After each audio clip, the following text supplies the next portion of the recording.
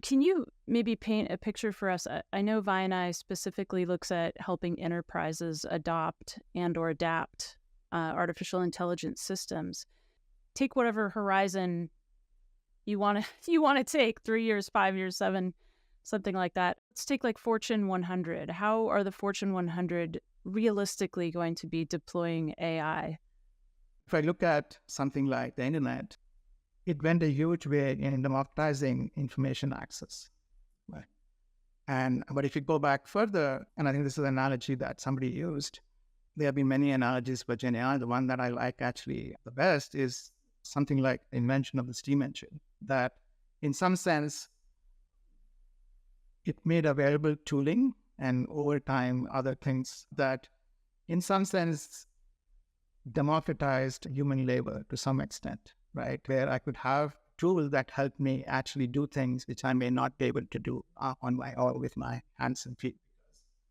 So what AI definitely is doing, Gen AI, is democratizing expertise, I think, in the next 3, 5, 7 years. I don't know exactly when, but I think within that time frame, and that across very large number of industries. We just talked about software development, but if you look at the legal profession, medical profession, that doesn't mean that it's going to take away jobs, replace jobs. I think that is a much more nuanced conversation.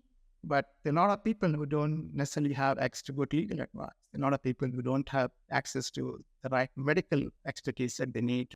So I think that's really the future that we want to build towards, where from a personal standpoint, we have that access.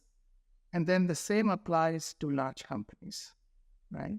In the sense that if you're a company that you are in a service business where you are providing legal help today, you're providing research help, you're providing help around any of these areas that I mentioned, I do think these companies are going to get significantly transformed, right? Because you and I will expect that Gen AI is part of the offering that they do in addition to the services, the way they offer them today, right?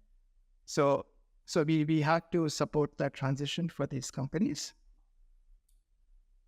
And then what goes in is, so the really hard part is figuring out how they get there, right? Because I think we talked about earlier this issue with talent in many of these companies, given the excitement, the large amount of excitement that's out there, there is a sense of urgency in all of these large companies.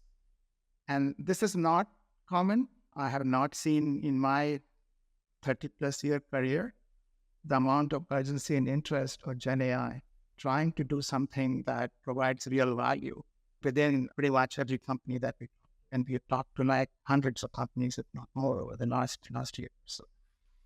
So I think really one has to figure out how we get past this talent issue, how we get past this idea that where is the reality versus, I would call it hype, and the hype includes not really understanding what the technology can do for a particular company, be it in the healthcare space or the financial industry space, insurance space.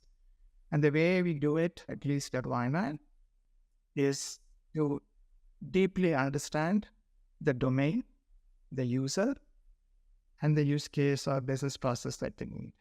Right? So as an example, we are an offering in the finance space. So you go to a finance professional, be it the CFO or the other FP&A professionals. They spend a lot of time doing financial planning, but they don't have access to a lot of data because it's spread across multiple systems in the enterprise.